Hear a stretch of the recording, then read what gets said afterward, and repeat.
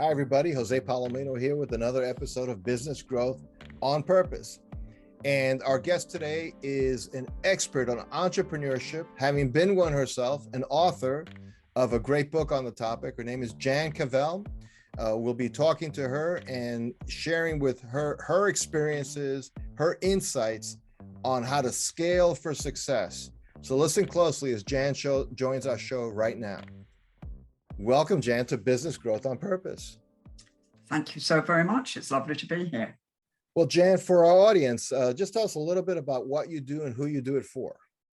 I would love to, absolutely. I was an entrepreneur myself. I am now an author, and I write blogs, and I help entrepreneurs wherever I can avoid some of the pitfalls that I certainly fell into. I've run a business for nearly 20 years.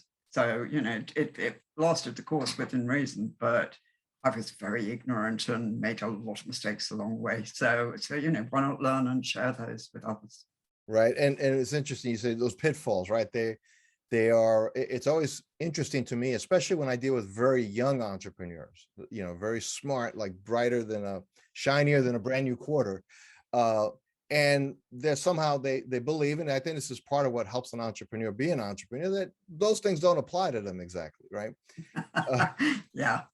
But have you found that those pitfalls are pretty common to everybody on this journey, more or less? I think they are. I mean, I think there are different pitfalls that different people fall into. I mean, for example, I know you were B2B sales, and so was I. And so I managed to avoid the sales pitfall. We always had lots of work. But, which not everybody does. That can affect some people, so it plays to your strengths a bit, I think. If you're weak at finances or planning, then you might get into trouble with that or whatever. But yeah, the same ones crop up. You might score 2 out of 3 if you're unlucky, or whatever. But the same ones come up again and again. Well, what's interesting about that is just the way you phrase that. Like we play to our strengths, right? So we like to do the things we like to do. But when you run a business, you often have to do or make sure things get done, whether you like them or not.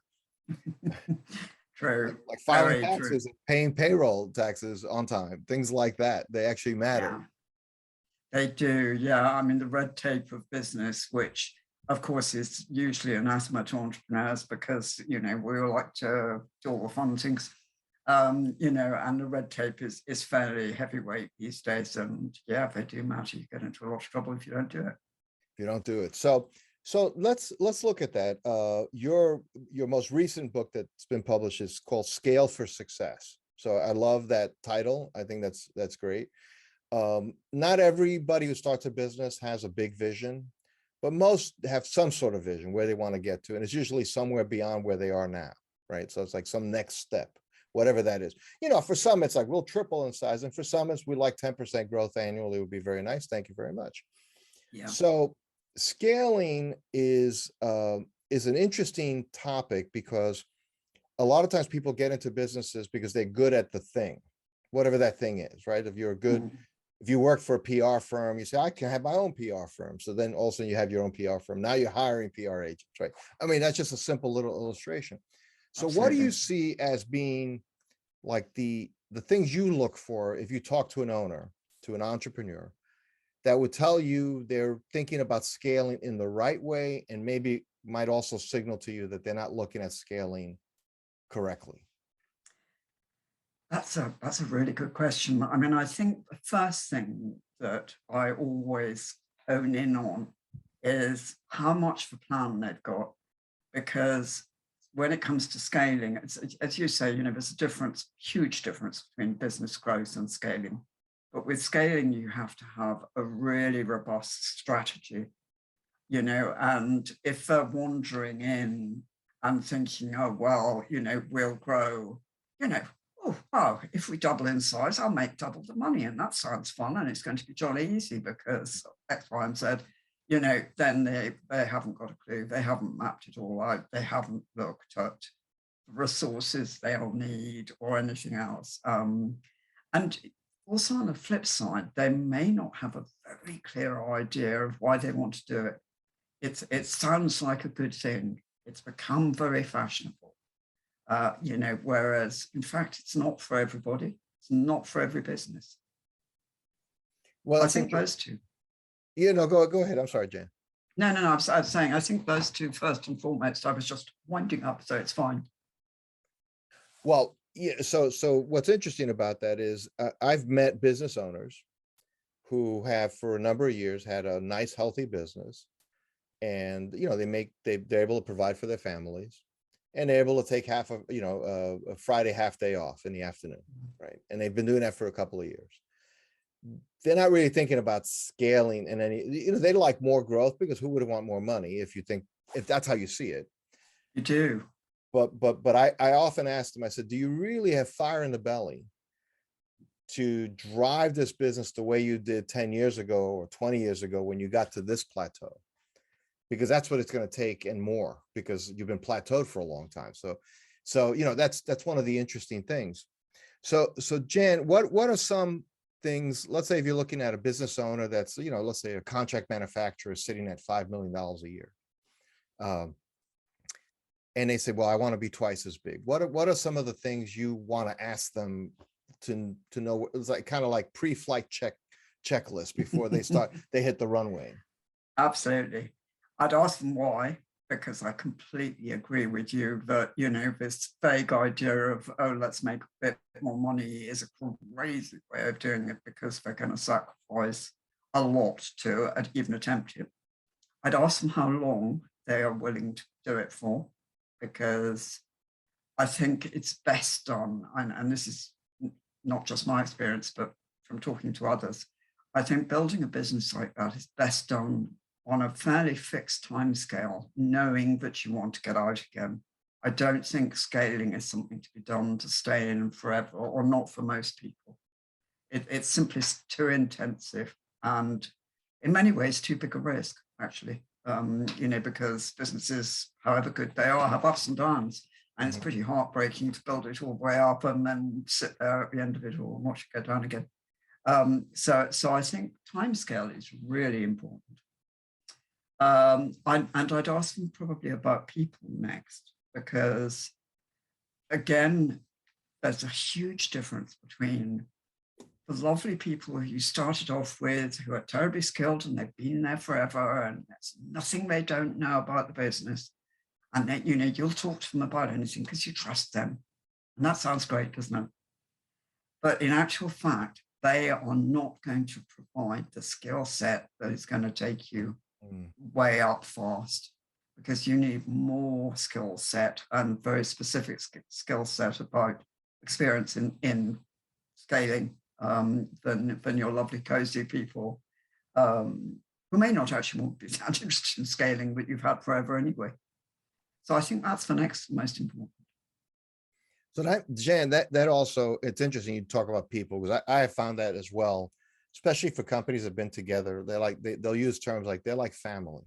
Yes, right. Absolutely. So and I think they're sincere. They like the idea of providing for all these families, and they see themselves as some benefactor in a sense, business as benefactor.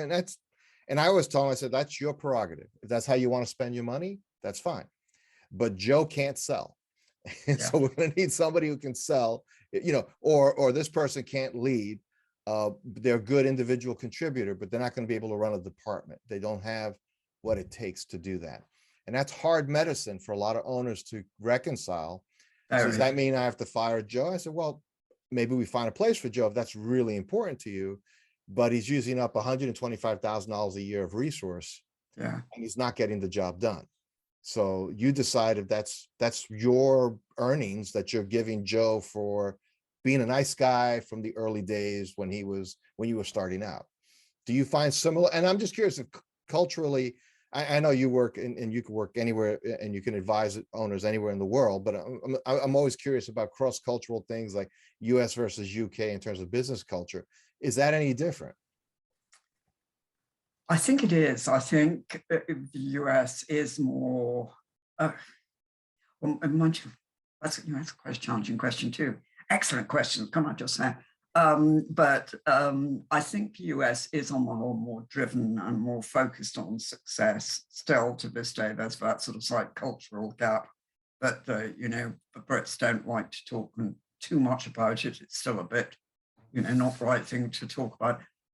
But I think most of all, I see what's going on at the moment is this big shift, and this perhaps is particularly in Australia, but it's coming everywhere, of companies wanting to balance the impact they're having, or entrepreneurs wanting to balance the impact they're having with making money, and struggling to get themselves and their teams in a right mindset to be able to reconcile the two.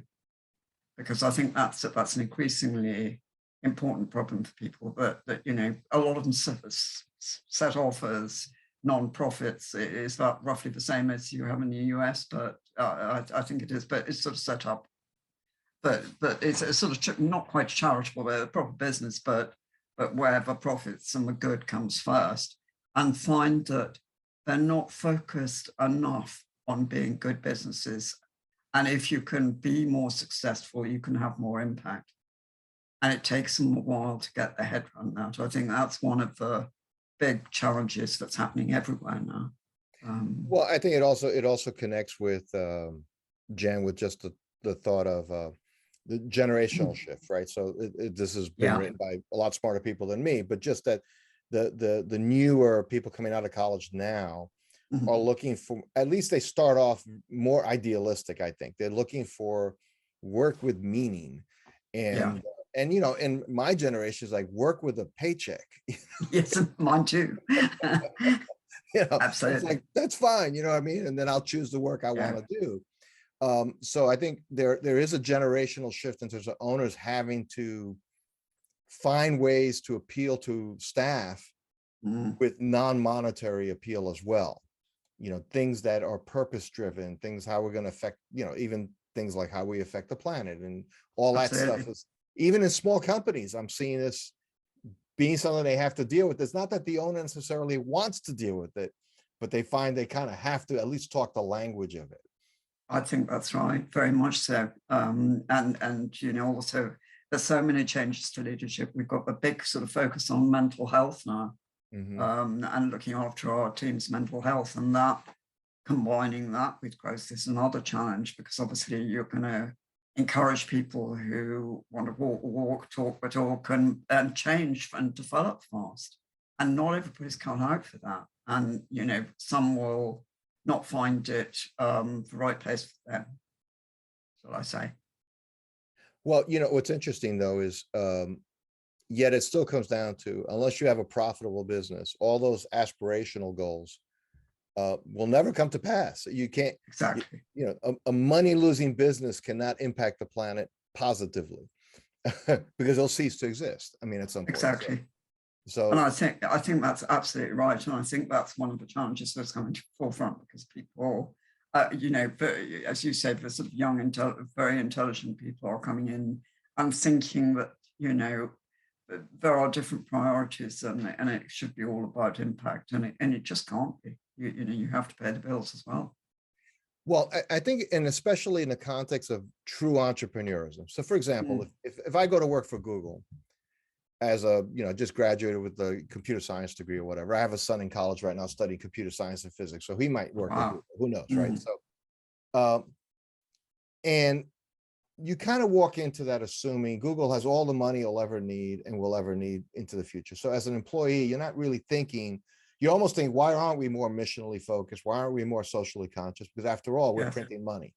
And to some degree, that's true of Google, and it's true of maybe 20 companies on the planet Earth that are somewhat impervious to the vagaries of the economy, right? Google, Apple, Microsoft, mostly in the tech space, right? Yeah. But for the entrepreneurial business, that same young person joining that entrepreneurial business, it's a difference. No, there isn't this giant bank of cash that you could pull into. It's like we make it or we don't make it. So that's an interesting thing. But which makes me think about like things people say. You recently wrote a blog post, and I'll link it in the show notes for this show as well, on 2 pieces of bad advice that you particularly responded to? I'd like you to just expand on that a little bit, because I think that's really useful for our listeners. Well, I know the first one was that, you shouldn't, this concept we have that, you can do things like start a business any old time, Mhm. and Colonel Sanders started at whatever it was, 67, and good on him. But not everybody at 67 is up to building an empire, Right. and you don't know what the future is going to hold. It could be anything in health or family or financial or whatever. And I think this concept of, take your time about it. We all procrastinate enough in life. And I think it's really important, if you want something badly enough, to focus and get on with it, and go for it. Seize the day. Okay. All right. I think that's, we see just in the last 3 years, with COVID, how radically the world was transformed. Even my practice, how much I do now. Let's say I used to do maybe 10% of my work through remote. Hmm. Now it's 95% of my work I Yeah. do remote. And what had to happen was, we've had technology like this for a long time. We had WebEx, GoToMeeting, all those things existed. But owners that I dealt with were saying, no, just come into the office, come, like it wasn't something they were that game for. Now they got used to it because they were talking to their grandkids on Zoom and Teams and so on. So we're all kind of there now. That's one of the big changes, but just how fast things change. So you're saying the advice that, hey, take your time, you can do it anytime, is bad advice, because we really got to do carpe diem. We have to seize the day. I think so. I do. I'm a great believer in that. I think otherwise there's this danger we're left with regrets at the end, which is not a good idea. Wow.